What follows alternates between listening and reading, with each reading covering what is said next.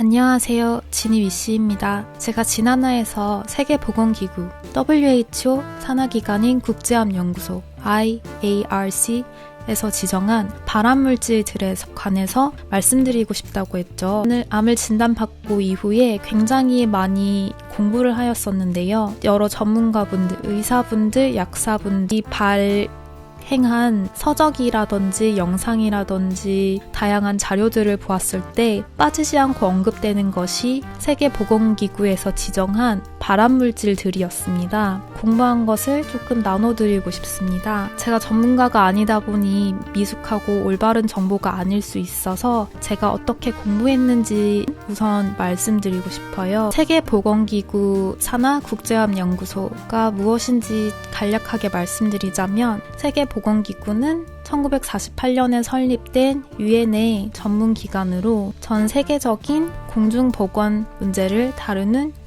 국제기구입니다. 주요 목표는 모든 사람들이 최고 수준의 건강을 달성할 수 있도록 하는 것입니다. 이를 위해 질병 감시, 예방 및 치료, 건강 연구, 정책 수립 지원, 기술 전달 등 다양한 활동을 수행하고 있습니다. WHO는 국제암 연구소를 통해 발암물질에 대한 분류를 발표하고 있습니다. IARC는 발암물질을 5가지 그룹으로 분류하는데 그중 1급 발암물질은 인간에게 발암성이 있다고 충분한 증거가 있는 물질을 의미한다고 합니다. 그래서 이 세계보건기구 산하 국제암연구소는 굉장히 다양한 연구활동들을 하고 있더라고요. 연구소 웹사이트를 처음 들어갔을 때 나오는 설명이 5명 중에 한 사람이 암을 진단받고 있고 그리고 그걸 예방하는 것이 굉장히 중요하고 여러 다양한 기술과 과학들이 많이 발전되었으니 이러한 과학적인 증거들로 의해서 40% 정도의 암종들이 예방이 될 수 있다. 그러니 예방이 정말 중요하다. 이러한 말이 있었습니다. 물질들이 많이 있었는데 크게는 이렇게 9가지 정도로 되어 있었습니다. 첫 번째는 알코올, 음주, 두 번째는, 세 번째는 환경적인 노출, 네 번째는 호르몬, 그리고 감염, 그리고 과체중, 그리고 이제 작업 환경, 그리고 방사선, 마지막은 흡연 등이 있었습니다. 공식 웹사이트에 어떠한 물질, 어떠한 환경들이 사람에게 암을 유발할 수 있는지를 전부 다 리스트를 해놨습니다. 그래서 이 모노그래프스가 무엇이냐면 국제암연구소에서 수행하는 과학적 연구 프로젝트로 인간에게 발암 위험을 제공할 수 있는 화학, 물질, 혼합물, 환경 노출, 생활 습관 등 물리적 요인들을 평가하고 그 평가한 것을 기초로 해서 다양한 암 연구를 하고 국제적인 기준을 제공하여 각각의 요인을 발암 위험성에 따라 분류를 한 것입니다.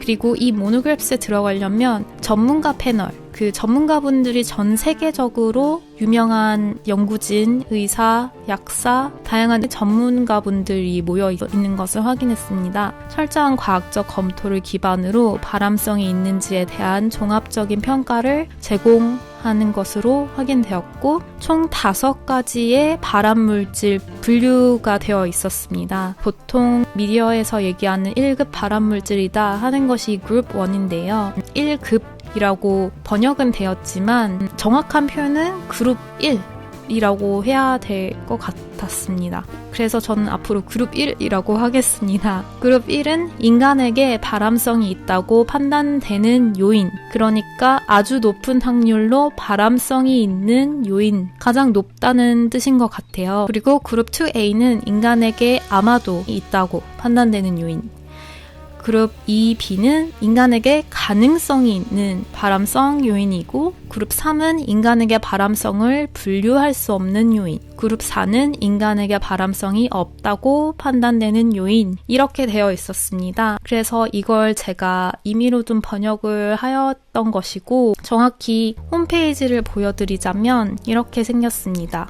IARC는 세계보건기구 산하의 연구기관이다. 그리고 여기서 발행하는 이 모노그래프스라는 프로그램에서 발암물질들을 분류하였다라는 것이고 여기 공식 홈페이지를 들어오면 이 분류표가 있습니다. 사람에게 발암 가능성이 있다라는 뜻이고 아마도 발암 가능성이 있는 것, possibly 할 수도 있다 라는 정도로 해석이 되는 것 같습니다. 그리고 그룹의 발암 가능성이 인간에게 있는지 없는지 정확하게는 알 수 없는 그룹이 그룹 3입니다. 그래서 제가 이 리스트를 정확히 알고 싶었어요. 전문가분들께서 말씀하시는 게 대부분 그룹 1에서 왔는데 그게 128가지나 있다니 놀랐고, 그리고 이 그룹들의 분류는 이 preamble이라는 곳에서 정확하게 기준이 나와 있는데 좀 자료가 굉장히 많이 있고, 이 첫 번째 페이지를 누르면 2019년에 제정된 그 기준에 읽을 수 있어요. 44페이지짜리여서 조금 보기가 어려우실 수도 있어요.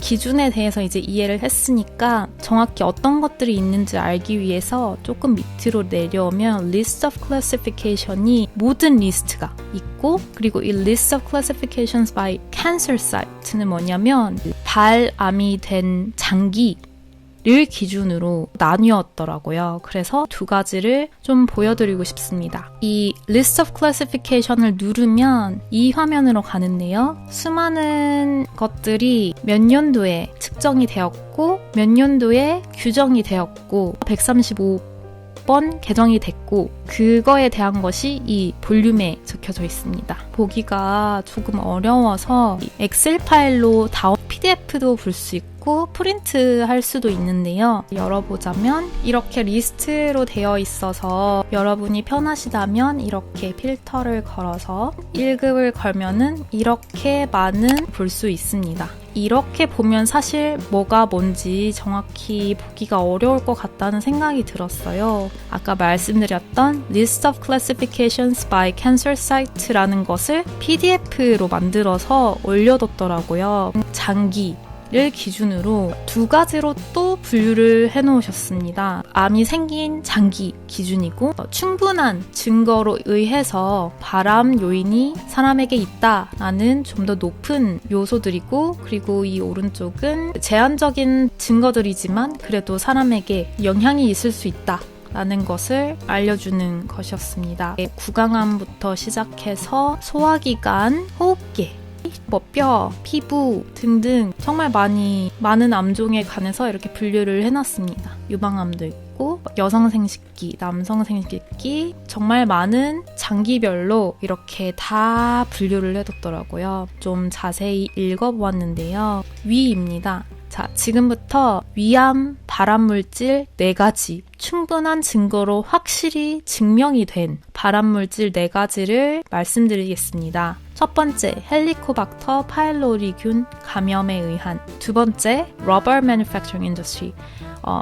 고무 제조 공정. 세 번째, 담배 흡연. 네 번째, X 감마선, 방사선이겠죠. 이 4가지는 정확하게 명시가 되어 있고 위암, 발암 가능성이 충분한 증거로 인증이 되어 있던 것이었습니다. 그리고 이 오른쪽은 사람에게 제한적인 증거이지만 의심이 가는 요소들인데요. 많아서 제가 정리를 해뒀습니다. 첫 번째가 유리 용기 및 프레스 제품 제조. 그래서 유리 제품 제조 과정에서 발생할 수 있는 화학물질 노출이고, 두 번째, 성면의 모든 형태. 건축 자재 등에 사용되었던 섬유질 물질, 호흡 시 폐에 손상을 줄 수 있습니다. 세 번째, EBV, 에프스타인-바 바이러스라는 것인데 면역계를 변화시켜 암을 유발할 수 있는 바이러스입니다. 네 번째, 무기현 화합물, 환경에 널리 분포하는 중금속으로 다양한 건강 문제를 일으킬 수 있습니다. 다섯 번째, 섭취 후 체내에서 발생하는 질산염 또는 아질산염,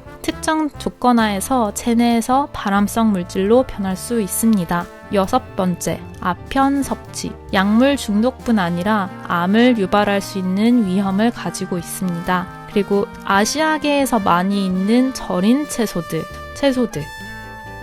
여덟 번째는 가공육들이고요. 마지막으로는 salted fish, 절인 생선, 중국 스타일이라고 정확히 좀 써져 있더라고요. 그래서 발암물질 중에서 위암에 정확하게 나와 있는 것은 이 제가 말씀드렸던 4가지, 헬리코박터 파일로리균 감염, 고무 제조 공정, 담배 흡연, X선과 감마선 이외에도 이 9가지 아닐까 발암물질로 의심이 많이 되고 있습니다. 조금 더 설명을 드리고 싶어서 이렇게 정리를 했습니다. 성면은 폐에 들어갈 경우 제거되지 않고 장기간 머무르면서 폐암, 중피종, 성면폐와 같은 질병을 일으킬 수 있습니다. 그리고 에프스타인바 바이러스는 EBV라고 이렇게 보통 말하는데 헤르페스 바이러스 가족에 속하는 바이러스로 감염된 사람의 침을 통해 전염이 되고요. 대부분의 경우 증상을 일으키지 않지만 일부에서는 감염성 단핵구증, 버킷 림프종, 비오지킨 림프종과 같은 암을 유발할 수 있다고 합니다. 그리고 무기현 화합물,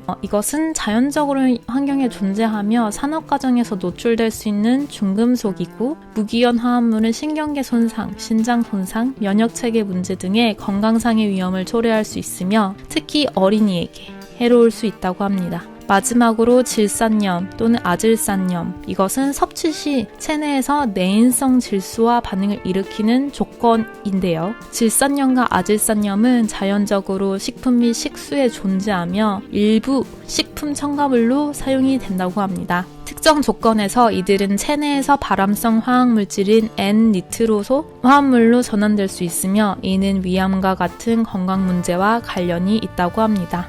내가 어떠한 물질 때문에 암이 걸렸고 어떠한 물질을 조심해야겠다라는 청사진이 그려졌습니다. 저는 정확한 정보를 얻기 위해서 영어로 보았지만 크롬이나 여러 익스플로러를 이용하면은 이렇게 한국어로 번역이 됩니다. 그런데 다만 번역이 조금 이상할 수도 있어서 참고만 부탁드리겠고요. 제가 최근에 이걸 알게 된 게 뉴스분에 많은 언론사들이 아스파탐 이야기가 나왔더라고요. 그래서 보니 2023년 7월에 아스파탐이 발암 가능 물질 분류로 확정이 되었다 라는 뉴스들이 많이 있었습니다. 그런데 이게 정확히 몇 그룹인지 제가 궁금해서 아스파탐을 이 웹사이트에 한번 검색을 해봤는데요. 아스파탐이 EB그룹 속해 있고 2023년에 측정이 완료되어서 다음 개정된 퍼블리케이션에 나온다라는 것까지 확인할 수 있었습니다. 어떠한 물질이 발암 가능 물질이다 라고 나와 있다면 1급인지 2A인지 2B인지 3인지 정확하게 알고 싶다면 이 웹사이트에 가서 검색을 해보면 정확한